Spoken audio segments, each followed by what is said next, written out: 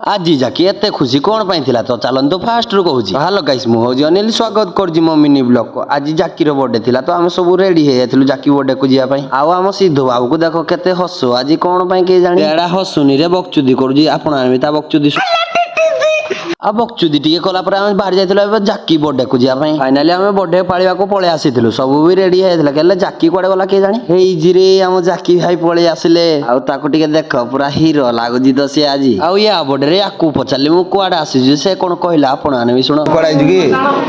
ଖାଇ ଆଇଛି ମାଗଣା କେକ୍।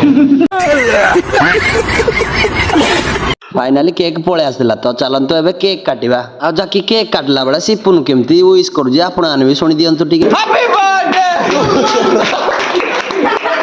ୱିଶ କରିସାରିଲା ପରେ ମୋଢି କେକ୍ ଆସିଲା, ମୁଇଁ ଖାଇକି ଏବେ ୱିଶ କରିଦେଲି ହାପି ବର୍ଥଡେ। ଆଉ ଇଏ କେକ୍ କେବେ ନ ଖାଇଲା ବେଳେ କେମିତି ଖାଉଛି ଦେଖୁନ, ଚାଟି ପଉଛି ଖାଲି। ଆଉ ଆଜିର ଭିଡିଓଟି ଏତିକି। ଭିଡିଓଟି କେମିତି ଲାଗିଲା କମେଣ୍ଟରେ ନିଶ୍ଚୟ ଜଣେଇବେ। ଆଉ ଫଲୋ ମାରିବା ପାଇଁ ଭୁଲି ଯାଉ, ଫଲୋ ଗୋଟେ ମାରିଦେବା। ଏବେ ରହୁଛି, ଜୟ ଜଗନ୍ନାଥ।